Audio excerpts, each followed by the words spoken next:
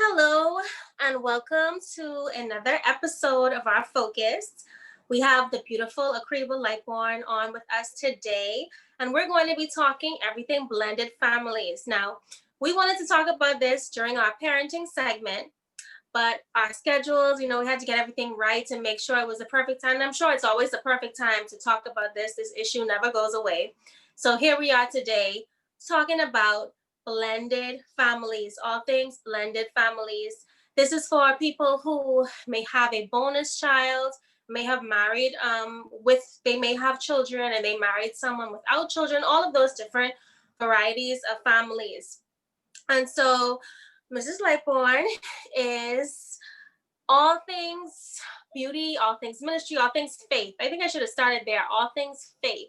Yeah. She has a talk show called Faith Talk. She has spiritually based clothing. She is a mother, a wife, a friend, just an all around amazing person who supports so many people, both on platforms and behind the scenes. I know probably even more so behind the scenes. And we're so blessed to have her here today to talk with us. So, Acribba, why don't you go ahead and introduce yourself personally? All right. So, Zemi, thank you for having me in the WifHer Ministry movement. This is indeed a blessing and an honor to be here to share about all things blended. I don't know what else to say about myself. I think that was a beautiful introduction of me. I am a behind the scenes motivator. I call myself a behind the scenes motivator. I believe that whatever we do in secret, God will reward us openly. And I am a firm believer of that. Not everything that I have to do out in the open, but I love to push and encourage and motivate people, especially in their faith walk, because faith is everything. I mean, you got to have faith to be a parent. We're going to talk about that today. You have to have faith in your marriage, and everything that you do, you need faith. And so I am a faith walker. I'm a mom, I'm a CEO, I'm a friend, I'm a sister, a daughter, all of that. All right. So make sure you follow me. I know Zemi's going to put my handles there. You can follow my pages. And like she talked about the show, Zemi also was someone on my show. It blessed my show with her amazing testimony. So that's me in a nutshell. So let's move into your family structure. Yeah. What's that? What does that look like? So my family structure is like this. Okay, it's blended. My husband has a daughter. I have a daughter. And of course, we have a daughter together. The dynamics is all over the place. You have a lot of different personalities in the home. One of our kids do not live with us. Of course, she lives with her biological mom. And so now she would come over, every other weekend. Now that COVID came in, I had to kind of borderline that because, just for health reasons, we do more interaction via Zoom or FaceTime. I think for the first time, and it was very weird. For the first time, I was able to see her in months. I think about 2-3 weeks ago, and it was so refreshing. So, but what I did in the interim, because she don't live with us, I would take groceries and we would take selfies. I'd drop it off to the house just so she can still have a part of home away from home. You know what I mean? Because I know that it took a toll on her as well as it did with us as a family. And especially my husband, who is so very involved with his daughter. I met him like that. And he's still very much so like that. And so I wanted it to, I just wanted everyone to still feel family, and try to balance in the midst of COVID. So like I say, a lot of personalities. My oldest daughter, she's 20. She's a state of herself kind of girl. They up in that age. She jump in a car, go where she have to go. My other daughter, Peyton, she doesn't live with us, but she's down, very quiet, doesn't say much. When she has her iPad and her phone on TikTok, that's her. And then Skylar, the 4-year-old that keeps me extremely busy. Where mommy go, I go too. So my life is all panned out. My husband, we have a beautiful, beautiful relationship. We balance very, very well. We enjoy the same things. The difference with us is Freddie will tell you like it is, and I'm more conservative with it. But a beautiful, beautiful, beautiful blended family. Beautiful. And you dropped the gems on handling COVID. But let's go back to the dating phase. So You know, when you're dating someone and you had a child and he had a child, and I know a lot of women in particular are cautious about, when do I introduce my significant other to my child? When do I feel comfortable meeting your child? So walk us through that and any tips for that season of life. Yes. So I think that the dating portion is very, very important, and you have to be very cautious with that. Reason being, you don't know the future of the relationship. And I Mm-hmm. can speak from past relationships. I was in a relationship prior to meeting Freddie, before I went on that sabbatical. And I introduced Naj basically to the man that I was dating at the time, and we ended up moving in and all of that stuff. And there was a lot of crazy things going on to the point that it damaged my daughter a lot, her thinking process, her schoolwork, and Mm-hmm. everything that was going on. And at that point, women, you have to be so careful, because you would very well overlook your child. You will overlook Mm-hmm. your child because you are so in love. You're so in love with this guy. There's no commitment. You move in with them. This, like, you ain't even discussing marriage, so why you even living in the house with the man? But anyway, that's another story, right? But I believe that sometimes we jump in too quickly, and that was a lesson. That was a takeaway for me when I met Freddie. One of the things we did not do, neither of us, we did not introduce our kids very early to each other, or to, even with them. We took our time. We really took our time. One thing I did do, though, I was very vocal with my daughter, because she was old enough, and I did tell her that I was speaking with somebody, because I made a pinky promise that, the relationship I was in prior to, it wasn't good. And, I made a promise that, if mommy tends to ever date again, I'm not gonna keep you out of the loop, because you can be like my little judge, you know what I mean? Because kids, believe it or not, Zemi, kids have emotions, and kids know. Kids watch, but they may not be able to express and tell you how they really feel, but they watch and they know. And, I think Freddie and I didn't do it until about 2 to 3 months into it, when we realized that, we were talking and some things were making some sense, because Freddie pursued me very quickly. Unlike the other things that were long drawn on. No, Freddie he was asking me these questions very, very early about, do I want to get married again? Or how do I feel about marriage? How do I feel about, him having a child? And, my take was, how would he accept mine? You know what I mean? And so we had to involve our kids, but we did not do it very early. I would say like 2 to 3 months in it. And I'll tell you, Zemi, this was the jokiest part of when we met the kids. I remember when I first met Peyton, Freddie's daughter. She was like, she was young, and this is, please, I know people are gonna laugh and they're gonna say, maybe she's forward. I don't think she is. Kids just kind of repeat what they hear. And she said to me, she was like, another one, and I was like, whoop. I was so embarrassed. Like, you know, I didn't know what to say, because, I spoke to her afterwards, and I said, she's pretty young to be saying that. You know what I mean? I think she was probably about 4 years old, 4 or 5 years old, thereabout. And when she said that, like, that did something to me, Zami, because I was like, I wonder if this guy got the other ones, because maybe I'm just another one. So in the back of my mind, I'm like, I don't know, maybe we should take this a little slow. But he explained it, he explained to me. And like I say, because she lives in another home, I don't know the dynamics or what really happened between, her father and her mother. And that is one of the things that we don't do. We don't resolve issues before entering something else. And then it tends to come over into when we get serious. You know what I mean? And I think that's probably where she heard it. Maybe just another one. And so she just repeated it to me. Unlike Naj, Naj saw Freddie coming around, and we used to be workout buddies. Freddie and I would work out together. And I remember at one point, they were spreading some rumors that they believed that Kiki liked this guy. You know what I mean? And I was like, I do not like him. We just working out. And Nash was like, Mommy, but those muscles, she was old enough. She was old enough. 1 minute, baby. And okay, baby. And excuse me, Zami, that's the 4 year old. And No okay, worries. okay, you have to turn it down for mama, okay? I'm recording.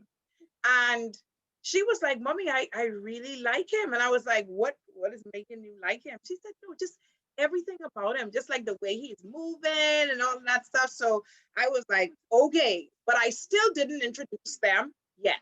So Naj saw Freddie, but there was no introduction of, okay, we're dating or anything like that. We did not do any of it. I really personally, Zemi, I took my time because I was married before, abusive marriage and another abusive relationship. So I pretty much was cautious versus Freddie. He was more open to, letting me meet than me letting him meet my daughter. That's good. I mean, and so did you have any struggles in bonding with Peyton Yes. in the beginning? So how did you Yes. combat those to, build a relationship? Oh, now Zemi, and I'm going to speak to the parents, blended families are not easy. Like I say, you're now juggling another household. Okay. And so I was dealing with Peyton's mom's reaction towards me. All right. And so the kid would say things basically that she would hear her mother say. For example, when she first started coming around, she would say, I can't eat your food. Like my mommy said, I can't eat from you. Or I remember one day I took Nash to get a pedicure and I took her too because Freddie went to a funeral. And she was like, I really wish I could get my toes done or my hair washed. And I was like, you can. And she was like, no, I can't because I'm not even supposed to be with you. So I quickly called Freddie and I was like, okay, I texted him. I was like, I think you got to leave that funeral and you got to come for your daughter. Because one of the things I respect women is mothers. I'm a mother and I respect the view of another mother. All right. And I had to really try to explain that to Freddie. I always say that men are just the sperm donors. All right. You may pay some bills. Yeah. But I'm going to side with the mother because I'm a mother. And, I remember rolling out the rules to Naj's daddy.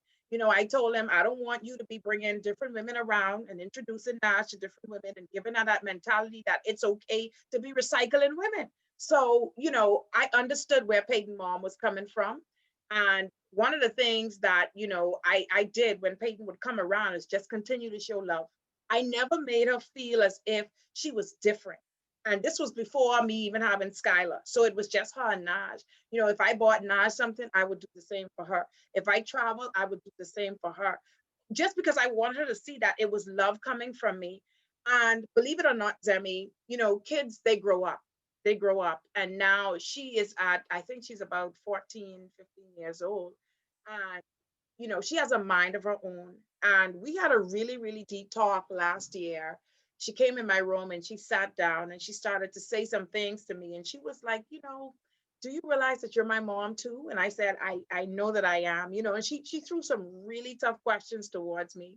And, she said, I wish that all of you could just come together and just, talk as it relates to me, because she said she feels pretty much torn.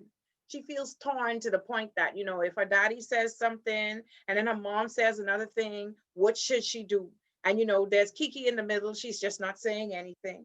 And so it's so tough that, I realize that like, she sees what I do with the girls now and she likes that, and she feels like she's missing out on a lot of that, especially because she doesn't live with us.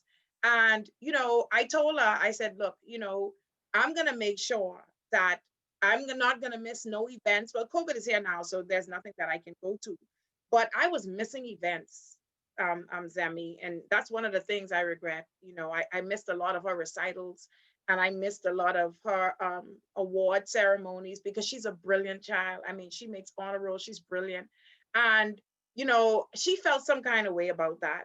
But I explained to her that I just felt like me as a parent, I personally felt as if I was not accepted, and I shouldn't put it on her, but that's how I felt, Zemi, because I felt like probably my husband never really drew the line with her mom. I don't know. It was just, I can't even explain it, Zemi. It's just a lot. And I know that people go through that today, with the child of their husband or the child of their wife, just dealing with the other house. As like now, she eats from me. She will travel with me if I would take her, you know, different things like that. But as she's growing, things are changing because I believe Mhm. too now her mom understands that the child is gonna build a perception. Just like my oldest daughter, I told her dad, you know, when we got the divorce, I told the court, I said, one thing I'm never gonna do, I'm never gonna stop him from having a relationship with his child, but it's gonna be totally up to him. Now, if he doesn't come, there's nothing I can do about that. I will never say bad words to her about him. I would never do it. I said, but one day she's going to grow up and she's going to build a perception of what is going on. Who loves me more? Who cares for me? And trust me, that has happened. So there has been absolute disconnect with her and her dad. There is no relationship because she's been broken down and hurt so much by him saying, I'm coming for you, you know, the broken promises. And I don't want her to believe that that's the kind of man that she should take on. So I give God thanks for Freddie, you know, my husband that came in and literally, you know, made her feel a part of. Now she, you know, she says daddy, and she feels like she's wanted by a man figure or a male figure or a father figure. And I love that because Freddie shows me love, which means that this is like you can't have no guy just coming around you, just picking you up, but hey, sexy and all that, because it ain't that kind of party. You know, he has to have principles about himself. He has to have Mhm. goals and all of those things. So, you know, with Peyton, like I said, she's coming up to herself now. I can understand her more because there was a point, Zemi, honestly, I told Freddie, like, I couldn't tolerate the rudeness. I could not tolerate the rudeness. But then, like I said, I had to go to God with it. And God was like, you have to understand that this child is not doing this. This is manipulated. This is coming from another house, you know? And so Mhm. your actions towards, because I was very standoffish from her at first. I must say, I was very standoffish to the point that I told him one time, she can't come back to the house. Like, and I never wanted to put Freddie in a position where you have to choose between me and your daughter. I think that's unfair. I think Mhm. it's unfair, but I believe that there has to be a level of respect and you have to talk to the other house. Like you have to let them know that when the child comes here, she has to abide by my rules. She has to listen to me. She can't be sucking her teeth. She can't be slamming no door. You know, she can't be, Mhm. if she can't eat from me, she can't be here.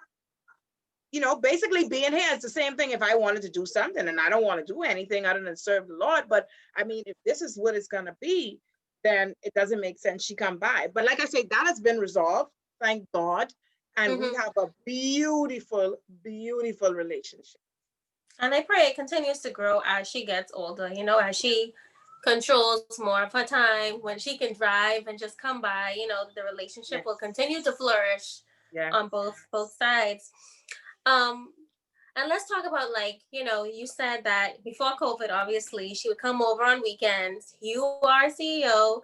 Freddie is busy. You know, his career is very demanding. And so I'm sure putting together quality time is a stretch. You're off, I think you're off on the weekends, right? Typically? Yes. Yes. Yes. Okay, so the weekends is when she comes over and also when you're off. And then how do you make sure that on those weekends that you still have some of your husband, you know, because he may want to spend a lot of time with Peyton. I think quite a few women said that this was one of their issues, that the child only comes over when I have free time.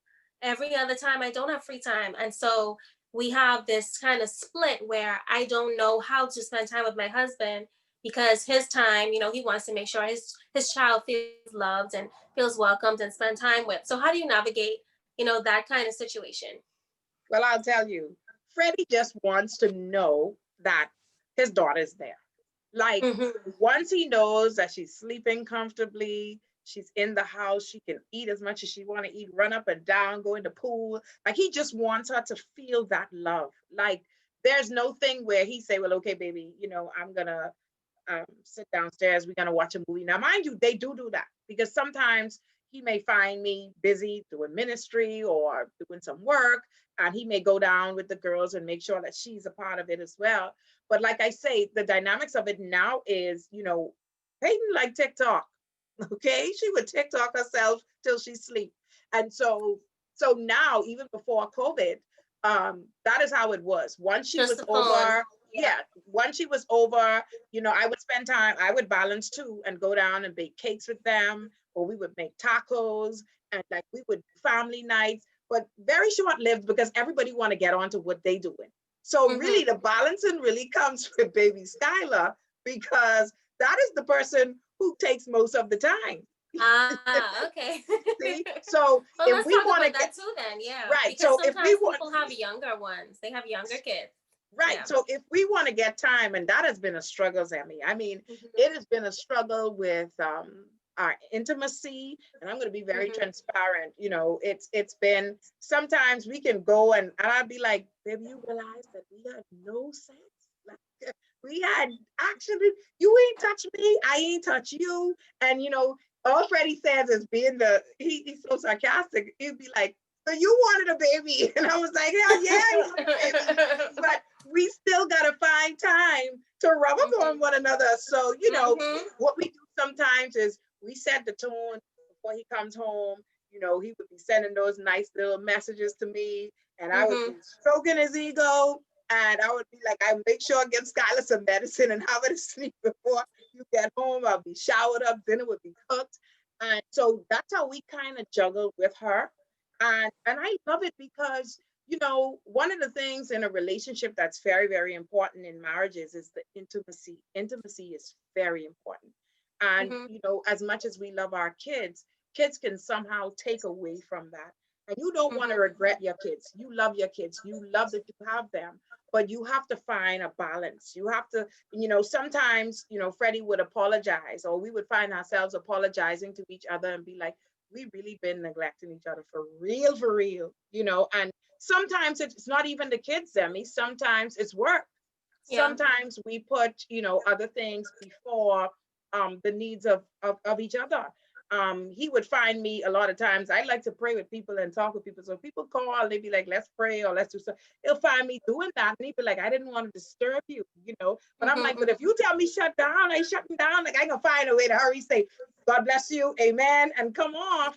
And so like we have this thing. Freddie loves sports. And Mhm. when your man loves sports, like that's another story right there in itself, Sammy. So I I actually know all battled. about it. Okay, I battled with the sports too. When he watching football and all that stuff, my husband wouldn't even feel if I touch his shoulder. So I already know when the seasons come in, when it's about to end. I be praying for his team to win so he can be romantic. Because if the team don't win, he ain't feeling me. Okay, Depressed. so I mean, so I'm juggling with not just the kids, like I say, not just work, but even the things that we like to do.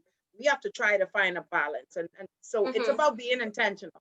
It doesn't have to be a planned moment. You could just pop up and say, just because, baby, let's sit at the table, let's eat some food and let's talk over some candlelight. So we try to make it work as best we could. But juggling with Skylar is a whole, like I say, you know, she sleeps in the bed with us. So you know, we're praying that we get more space. And I believe that God is going to open the doors for more space for us because she needs her own space right now. She's a big woman. Okay. I think we do a good job trying to balance well. So for people who are having that struggle, you have to be intentional. My advice would be intentional. Be Sometimes intentional. the things you plan will not go as planned. So you have to be intentional about that. What would you say was your biggest challenge in the journey of successfully blending your families? Getting Freddie to understand that I do not dislike his daughter. Mm. I think I think when it first started off, Freddie, you know, one day he sat me down and he began to cry and he said, I don't, you know, my daughter don't believe that you love her. And I Mm. said, why? And he said she told me that. And this was when, like I said, when I believed that there was no understanding between the homes. And I said to him, I said, you know, my actions are basically not towards her, but to the energy that she's bringing to the house. So he was saying to me that, so do you believe that a child her age can? I said, yes, because she's coming here with it. You know, she's coming here with the attitude of, you know, is her way or no way. And I don't know what's being told at the house. Like, I don't know if she's being told to just, okay, I'll give you an example right now. We would be downstairs, or Freddie and I would be in the room, and she would come upstairs and she'd be like, Daddy, can I have XYZ? Now, Freddie always say, I'm in charge of the house. So whatever goes on in the house, you go to me. but she would Mm-hmm. override me and she would go to him. And Mm-hmm. I would always say, like, why would she do that? Like, was she told not to ask me anything? I said, and I believe that these are the things that you need to clear up, so we would find ourselves getting in arguments. We would find ourselves not speaking to each other. When she come over, there would be this tenseness literally Mm-hmm. in the house. And I'm serious, Demi, people don't understand that these things are spiritual because you feel what is going on in the other house. Like you feel the vibe. Like Mm-hmm. literally you feel like the energy. And I told him, I said, this is just something isn't right. And I was telling him, I said, when you came in, my daughter accepted you. Literally, you had no hiccups. Like you never came to me one day and said that, Acribba, Naj was so rude or any, there was nothing. It was, I said, because this is the way that I taught her. But obviously, it's not happening the same side. And one of the things that made it easier for Freddie versus me was that Naj's dad and Freddie, they have a relationship. They Mm-hmm. became adults and they understood that they needed to be adults and men for this girl. And so I remember that Freddie was the one to literally break the ice because Nash daddy is he's kind of quiet. So he would have never said anything. But I remember they were all at Naj's ballet recital and Freddie realized that it was him. And he went over and said, come and sit with us. You know what I mean? Come and have a seat with us. Let's cheer on together. We in this together. Being the And bigger person. Mm-hmm. being a bigger person, and it made it so much easier. But like her mom is, I don't know, like I don't, that's Zemi, that's something that I pray, for the child, for her, that would be different in years to come. It is still a challenge, not with her. Like I say, we're over the hump of her being rude towards me or disrespectful. We're over that. It's just love now. But I know for her sake, I would hope that it would get to a place where we're able to have some form of, this is our daughter. She is your biological daughter. I want her through the marriage. And it's nobody, it almost feels as if, I don't know if a mom feels like, I want to steal her, but I can't. Your mom is your mom, Your Zemi. mom is your mom. Your Yeah. mom is your Always. mom, Yeah. always. Mm-hmm. And I tell people, God forbid, if your mom passes away, that's still your mom. Nobody Mm-hmm. takes the place of that womb that you lived in for 9 months. Mm-hmm. You know, And with children have capacity to love two people differently, but at the same time, very much. yes. So, and I mean, like everyone has their own journey through that process, and understanding, especially how maybe in later years you see how you both interact together and stuff like that. So that's a journey in itself. But I'm happy that you are still in progress Oh yeah. because it shows people that I think people, if they knew it was all perfect, they would kind of check out at this point. Yeah. Like you are an anomaly situation, you're a one-off situation, but it's obviously still a work in progress. You developed a relationship over time. I know well, when my mom passed away, my dad kind of just brought in the girlfriend. There was no conversation. It was just like Wow. she's moving in, and so it was always even to this day they're still together. I think my mom has been gone 18 years now, Wow. and it's still a difficult relationship, and it started with how it was introduced, Yes. and obviously different situations within the relationship. But I think it's not that in my case, it's not that I didn't want my dad to be happy or to flourish in a new relationship. A lot of people on the outside thought that, like no one is your mom, Yeah. but children have capacity to love, Yes. in different ways. No one can replace my mom, but I still want my dad to be happy, Correct. and in doing so, forming a relationship. And so it happens over time. I think we don't give kids enough credit, to be honest. No, you're We right. don't give their emotions, their capabilities enough credit, to say they have capacity to do that. If they could love two parents, they could love two bonus mom, aunties, grandmother. Yeah. Some kids call their grandmother mom, and they still Yes. know mommy is mommy. And I think that's a growth journey that happens over time. But let's pivot to your successes Mhm. in a blended family. What would you view as your most favorite aspect of having a blended family? Whew.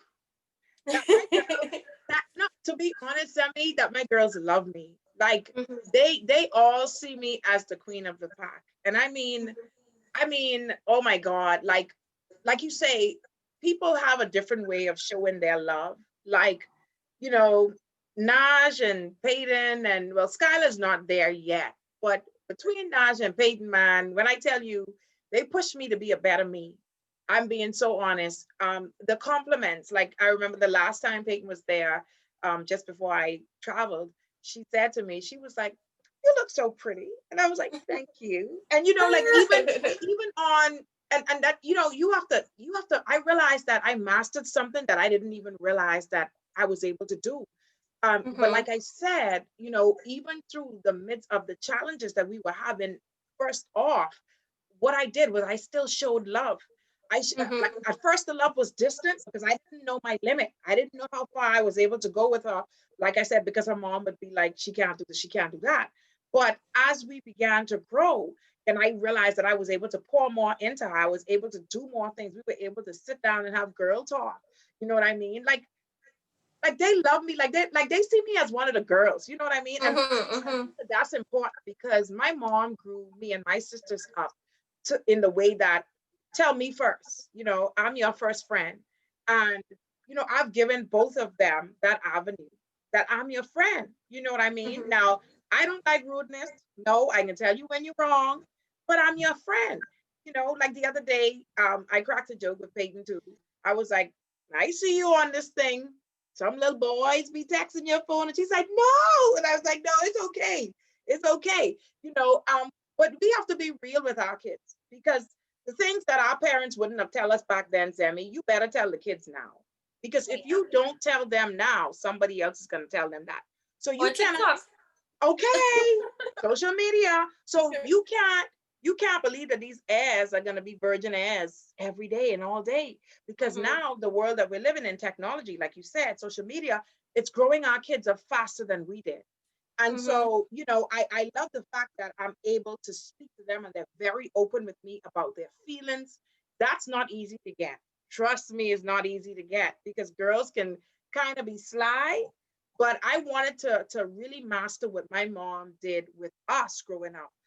With these girls, I wanted them to have this safe space, this place where they could be like, I could go to mommy and be real down to earth with her. Like I could tell her the real truth and she ain't Mhm. gonna bite my head off, but she can tell me the truth. You know what Yeah. I mean? And so I think that that's one of the greatest successes right there.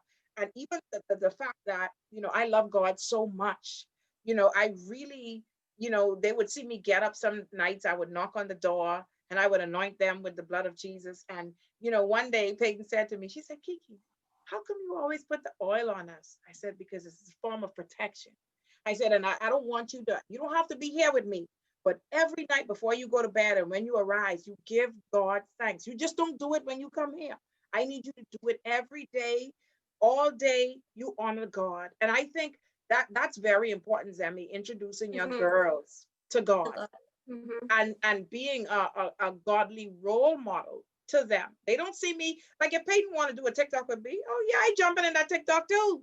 If Naj want me to ride in a little small car that I hate riding in, I would let her drive me because she hate riding in my car. I don't know why, but she wants to drive me, so I let her take me. Mhm. So I come down to them. So, and I think that that's one of the things that sometimes we as mothers, we just want to be mothers all day.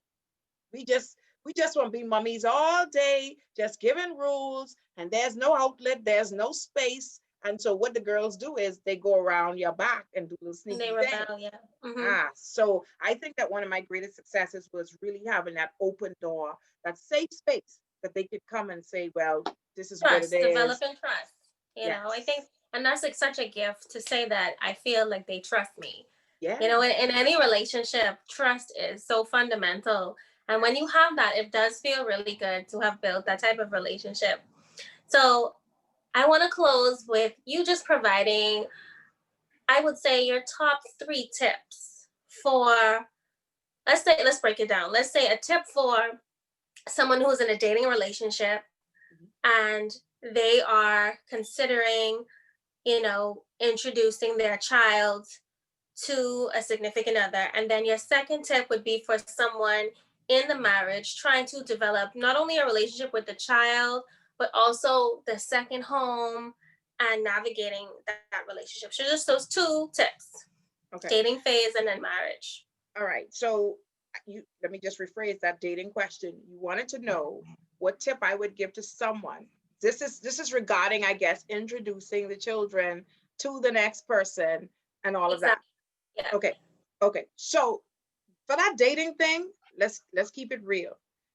Not because you have to be cautious with that. I think that you have to know the future, like I say, the future of the relationship. Where is it going? You know, you look at the background of the individual. Because a lot of people hide in wolf's clothing, you know, sheep's hide in wolf's clothing, and you got to be really, really careful with that. And I use an example of the relationship I was in that I was so quick to introduce, and to the point that we were living with the individual, and that damaged my daughter completely. You know, we had to go to counseling. I had to take it to another level. It was bad. And that is one of the things that you don't want to do to your kids. You don't want to make them feel like, you know, you're so in love that they're not a part of it anymore, and you know, they've lost you in the mill and you've lost them. So you have to take your time with that. You and the person that you're talking to, you all have to come to some, you know, like, where are we going with this? You know, do we see a future in this? Because before I bring the child in, because that's a whole other dynamic. You know, when you bring the child in now, that means you're telling the child that I trust this man or I trust this woman, and you could listen to them. And Zemi, like I said, that could go so deep, because when you are telling a child now that you can trust this person because this is who I'm dating, if that person touches that child in a wrong way and they don't understand, then to that child, it may be okay. So I believe that you really have to assess the background of the individual. You have to know for sure that there is potential, there is a future in what we got going on before getting the child involved. You have to consider the child's feelings, sit the child down, like I did with my daughter. And I had a really good talk with her. And I told her that I'm considering dating again. I'm not certain yet, but when I'm sure, I would, you know, let you in on it. So I believe caution. You have to be cautious. You pray about it, because like I say, you can damage a child forever with that one move. You can damage that child. So that's my nugget for that dating relationship that has kids involved, and you know, thinking about introducing. You've got to be absolutely sure that this is the direction you're going in. The second question, the second tip, is for married people Mm-hmm. that are So just trying to. about, I guess we talked about the whole gamut of, you know, getting to know, but just one tip in particular for married couples who are, you know, they have the child's visiting and they're dealing with the mother. So just one thing that would stand out to you, if you, like, let's say you had your best friend and your best friend was entering a marriage where there was a bonus child, what tips would you tell her? Or what would be the most thing that stood out to you to, like, make sure that she knows and she's aware of? Try to get to know the other home. Like, Mm-hmm. you know, get to know the other home. I think that one of the things that we didn't do, like I said, I think Freddie met Naj's dad before we got married. This was during our engagement process. So they were able to meet. And, you know, I felt so, listen, for the first time, I felt so good, Zemi, when my ex-husband called me after the recital, and he was like, Acribba, you know, how are you? I said, I'm good. I just saw you, you know, because I still have this wall up with him. But anyway, and he was like, no, I just was calling to say that um, I believe that this guy is a really good guy for you. He was like, you know, I believe that he loves my daughter. I feel comfortable. And, you know, for the first time, I believe that this guy really put a man cap on. Like, I saw him in a different light. Like, everything that happened previously in the marriage that didn't go right, like, I overlooked all of that. And I was like, wow, you know what I mean? And for him to say, well, this guy, he loves you. And he's gonna, he was like, you know, we didn't work out because it wasn't to work out. But this, what you are in, he loves my daughter and he's gonna love you right. And that makes me feel so comfortable. So that in itself was comforting for me. Now, in my on my side, I don't know how the other side feel about me. And that's always been a worry, ladies, women, wives. That's always been something in the back of my head. Like, what is this lady even thinking about me? Like, Why would she? I don't know. Like, what is she lining me up with? I know who I am, but what does she see me as?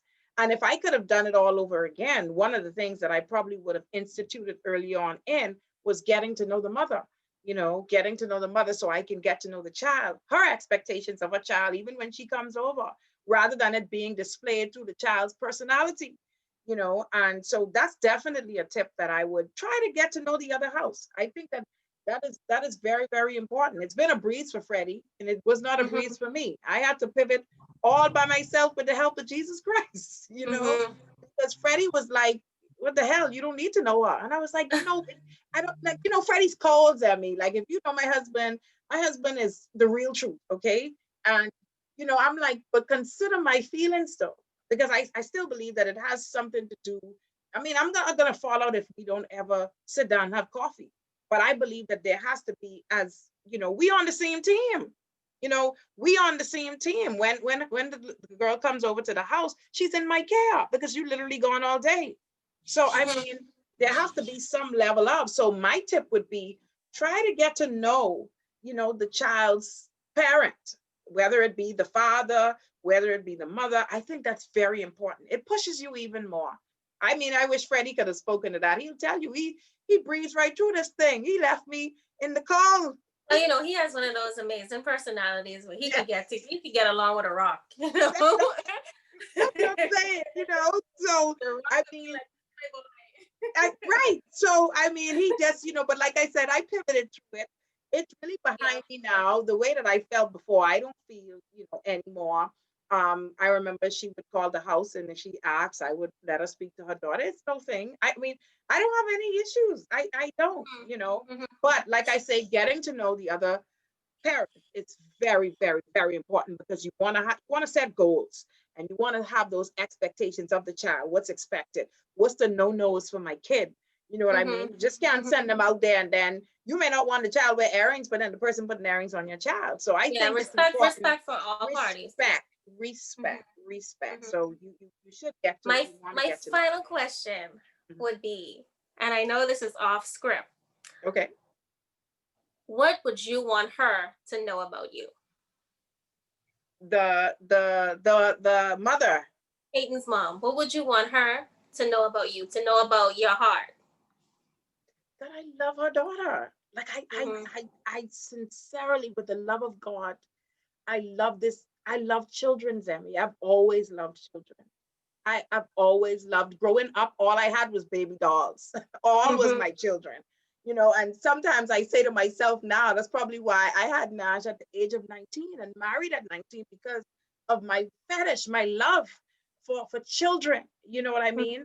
And I just wanted to know that I love her. Like I don't want anything other than the best for her. The best for her. And I mean, come on now, Zemi. I mean, if you like, I don't even need to be introduced. You could literally go on my profile. And for anyone that knows me, knows that Acribba gives you who she is. There is Yes. no blind copy, there's no carbon, there's no hidden agenda. This is who I am. I Mm-hmm. give the real truth. I talk about the who I was, and as filthy as it was, I talk about it. And who Mm-hmm. I am now, I am proud of who I am now because I believe that the who I am now is a better model for any child today. Mm-hmm. I Mm-hmm. wouldn't say that the person I was many years ago, no, because it didn't do well for my child. But I thank God that I'm at the place now where I am a model towards any young woman coming up, anyone Mm-hmm. that struggled with abuse, anyone that has, I've been through it, I've been there, done it. So literally, I don't need a form of introduction. Anyone that knows me, even like I say through my social platforms, you literally see who I am. And when you get to know me and talk to me personally, you'll be like, oh my God, it's exactly what I Mm-hmm. said. You know what I mean? Mm-hmm. So that's like Exactly. that's basically it.